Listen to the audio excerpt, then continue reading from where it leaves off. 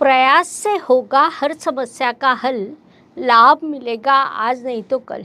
जीवन में गलतियां होती है तो होने दीजिए, लेकिन किसी के विश्वास को कभी ना तोड़े। ये बात धनु राशि के जातकों ने इस महीने मुख्य रूप से ध्यान में लेनी चाहिए। सभी ग्रहों में अत्यंत शुभ गुरुदेव की राशि धनु राशि कहा जाता है, जिस कारण गुरुदेव का भ्रमण आपके लिए सदैव महत्वपूर्ण होता है। विशेष बात है कि आपकी राशि गुरुदेव की पसंदीदा मूल त्रिकोण राशि है, जिस कारण आपकी राशि पर गुरुदेव की विशेष कृपा रहती है। अर्थात आप लक्ष्य को निर्धारित कर उस अनुसार मार्गक्रमण करते हैं। टारगेट पूरा करना ये आपका स्वप्न होता है। उसी के अनुसार आप इस महीने व्यवहार करने वाले हैं और वह लाभकारी रहेगा। नमस्कार, मैं एस्ट्रो गुरुमा डॉक्टर ज्योति जोशी आप सभी ज्योतिष प्रेमियों का हार्दिक स्वागत करती हूँ। हम नवंबर 2024 महीने के राशि भविष्य को समझ रहे हैं। उसमें आज हम धनु राशि के जातकों के लिए ये महीना कैसा रहेगा, इस पर विस्तार से वार्तालाप करेंगे। विभिन्न दृष्टिकोण से इस महीने के ग्रह स्थिति का हम शास्त्रोक्त विश्लेषण करने वाले हैं। साथ ही वीडियो के अंत में मैं आपको इस महीने करने वाला विशेष उपाय भी बताने वाली हूँ, इसीलिए वीडियो को अंत तक देखना न भूलें। एक और महत्वपूर्ण बात है, हम विभिन्न दृष्टियों से ये महीना आपके लिए कैसा रहेगा ये बड़े विस्तार से बताते हैं। उस अनुसार इस महीने आपका अनुभव क्या रहा ये आप हमें कमेंट द्वारा हम तक पहुंचा सकते हैं, ताकि हमारे इस मार्गदर्शन का आपको लाभ हो रहा है ये बात हम तक पहुंच सके।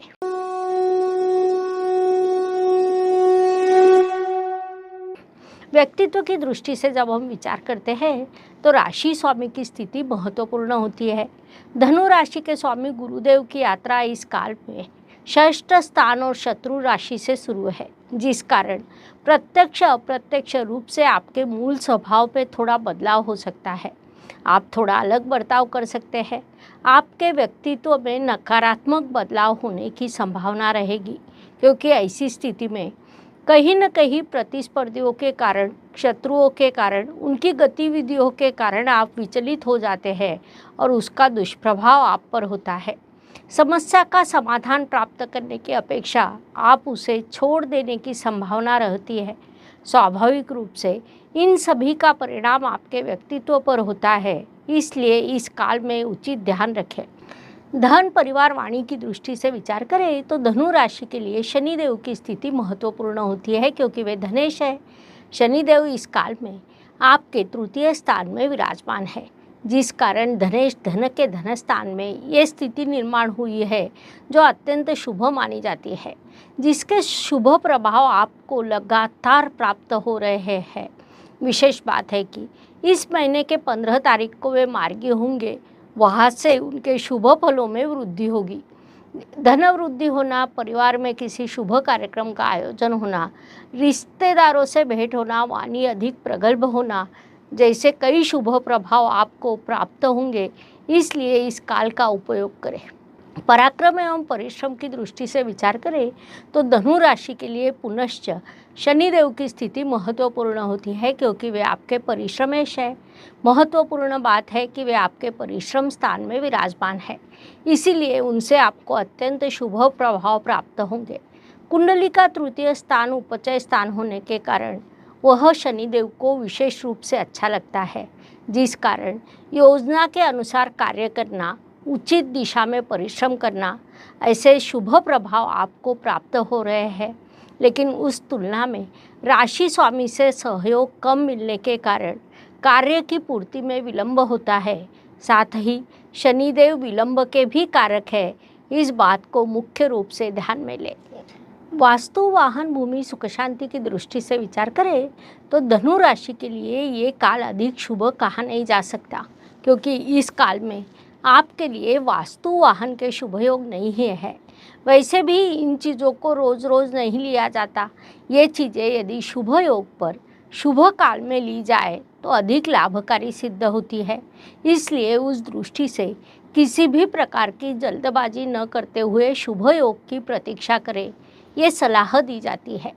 लेकिन पुरानी वास्तु के नवीनीकरण के कार्य आप अवश्य कर सकते हैं।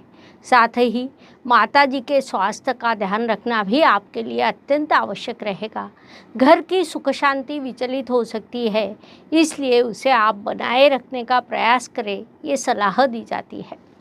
शिक्षा, संतति, प्रणय की दृष्टि से विचार करें तो धनु जातकों के लिए इस काल में परिश्रम करना अत्यंत आवश्यक रहेगा। पढ़ाई में यदि आप अधिक परिश्रम करते हैं तो अचानक अप्रत्याशित रूप से आपके लिए सफलता के अवसर निर्माण हो सकते हैं। वैसे योग आपके लिए निर्माण हुए हैं, अर्थात आप छोटी अपेक्षा कर अधिक परिश्रम करेंगे और उसका आपको बड़ा फल प्राप्त होने की संभावना निर्माण होने वाली है।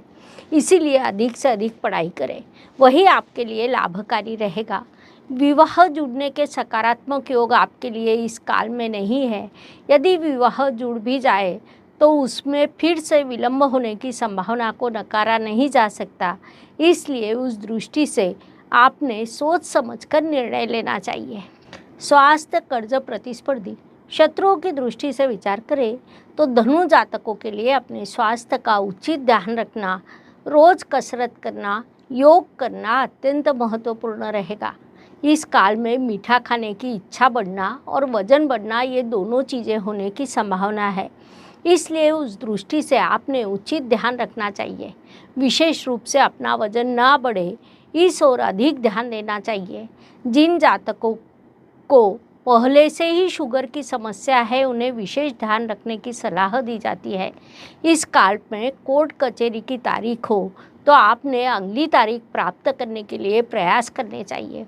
शत्रुओं की गतिविधियां शुरू रहेगी, लेकिन उनको आपने नज़रअंदाज करना चाहिए क्योंकि उनके हाथ कुछ नहीं लगेगा। नौकरी और व्यवसाय की दृष्टि से विचार करें तो नौकरी करने वाले धनु जातकों को इस काल में थोड़ी परेशानी हो सकती है।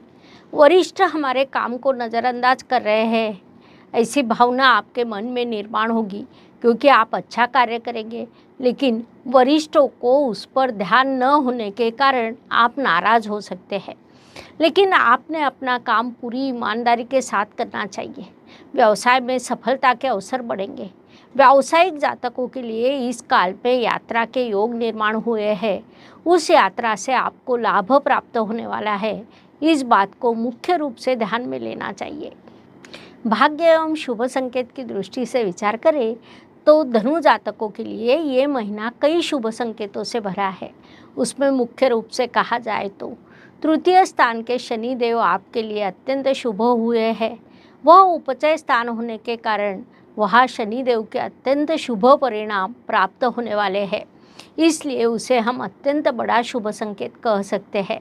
साथ ही भाग्येश लाभ स्थान में होना, ये भी बड़ा शुभ संकेत है। ऐसे कई शुभ संकेत इस काल में आपके लिए निर्माण हुए हैं, उनसे आपको अत्यंत शुभ परिणाम प्राप्त होने वाला है। इस काल का सदुपयोग करें। कर्म की दृष्टि से विचार करें तो आपके कर्म स्थान में केतु ग्रह विराजमान है। उस केतु पर आपके राशि स्वामी गुरुदेव की दृष्टि है। गुरु और केतु ये दोनों ग्रह पृथ्वी तत्व के होने के कारण आपके कर्म सकारात्मक होने की स्थिति निर्माण होती है। आपके मन में एक भाव निर्माण होगा कि फल मिलेगा या नहीं मिलेगा, लेकिन हमें परिश्रम करते रहना चाहिए। ये भावना आपको उन्नति की दिशा में लेकर जाएगी, ऐसा हम कह सकते हैं। लाभ की दृष्टि से विचार करें तो आपके लाभ अधिपति स्वयं व्यय स्थान में गए हैं, लेकिन 9 तारीख को वे राशि परिवर्तन कर आपकी राशि में प्रवेश करेंगे। वहाँ से आपको लाभ प्राप्त होगा, अर्थात इस महीने के दूसरे पखवाड़े से आपके लिए लाभ के विविध अवसर प्राप्त होंगे। साथ ही लाभ स्थान में भाग्येश विराजमान होने के कारण भी आपको लाभ अवश्य प्राप्त होगा, क्योंकि ज्योतिष नियमों के अनुसार लाभ स्थान में आने वाला हर ग्रह लाभ देने के लिए बाध्य होता है। लेकिन कभी कभी वह पाप ग्रह हो, उग्र ग्रह हो, तो उसकी दृष्टि पंचम स्थान पर होती है, जो पढ़ाई और संतति के लिए परेशानी निर्माण करने की संभावना को नकारा नहीं जा सकता। इस बात को मुख्य रूप से ध्यान में लें। व्यय एवं परदेश गमन की दृष्टि से विचार करें तो धनु राशि के व्यय स्थान में लक्ष्मी योग निर्माण हुआ है। आप यात्रा करेंगे, परिश्रम करेंगे, खर्च भी करेंगे, उससे आपके लिए धन लाभ के अवसर निर्माण होंगे, उन्नति के अवसर निर्माण होंगे। ऐसा शुभ योग आपके लिए निर्माण हुआ है, इसलिए उस दृष्टि से अधिक प्रयास करें। जीवन सुख दुख और उतार चढ़ाव से भरा होता है। कोई भी व्यक्ति संपूर्ण सुखी या संपूर्ण दुखी हो नहीं सकता। उस अनुसार हर दिन सभी के लिए समान हो नहीं सकता।